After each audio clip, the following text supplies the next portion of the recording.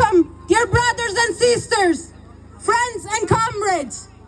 It's been 70 days of the Israeli genocide in Gaza. It's been around 28,000 martyrs and missing. Children, women, men, elderly people, journalists, medical personnel, students, educators, farmers and workers. We mourn with Gaza and all of Palestine, and we salute its steadfast people who, despite the relentless horrors, still believe in their just cause, in their liberation and victory over their oppression. As they have for more than 75 years, they never lost hope. And we shouldn't either. We are not in the position to despair. We don't have the right to give up. We have the duty to keep bearing witness and to act, to turn our sadness into rage and our statements of solidarity into tangible practice wherever and however we can. What do we have to do? In Europe, in Austria, as those living in the metropoles who profit off the colonization and annihilation of the Palestinian people, what do we have to do? Austria once again voted against the ceasefire in the UN General Assembly. Can you believe it? How deeply entangled is this nation that birthed Hitler and not long ago rounded up Jews, Roma, communists and people with disabilities in death camps? How deeply is it entangled in another genocide? This time a comfortable amount of kilometers away in Gaza, occupied Palestine. How hollow is the never again promise? It means nothing.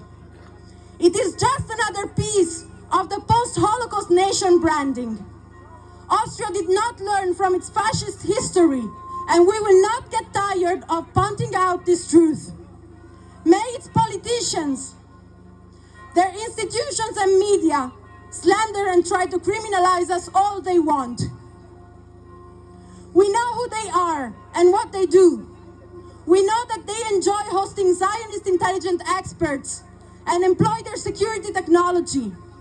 We are aware of the collaboration in universities, restricting academic freedom and diluting science.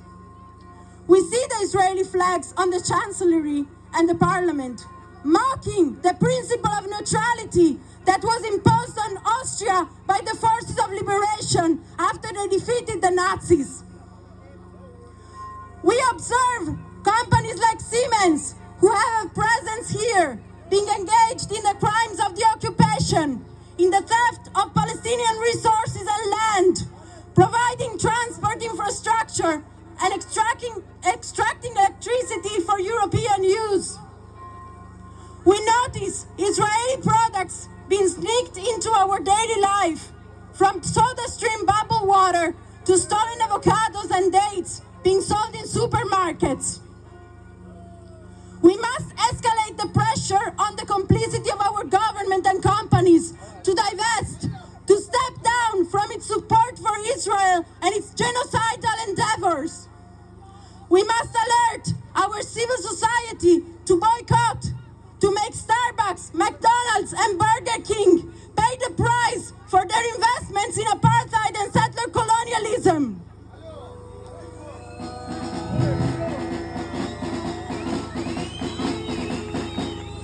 The damages of endorsing Israel must become bigger than its benefits. BDS as a tool is simple and it works. A very recent example: after 6 years of campaigning, the sports equipment manufacturer Puma will not extend its sponsorship for the Israeli Football Association. Earlier this year, the security corporation G4S pulled out of its business with the occupation, and especially now, in the face of the aggression, more and more cities and countries sever diplomatic and economic ties with Tel Aviv. Every company, every council, every union, cultural institution and sports club rejecting affiliation with the Zionist crimes marks a success for us and for Palestine. Turning away from the State of Israel due to its blatant and unceasing violations of international law, its brutality and immorality, is a win for humanity and a tiny step closer to a free Palestine. Again, we who are not being bombarded, who have a roof over our heads and plenty of food to eat, we must not despair. We must get organized and act and hurt the Israeli occupation wherever it emerges. Free, free Palestine! Free, free Palestine! Boycott Israel! 1, 2, 3, 4! Occupation no more! 5, 6, 7, 8! Israel is a terror state! Israel is a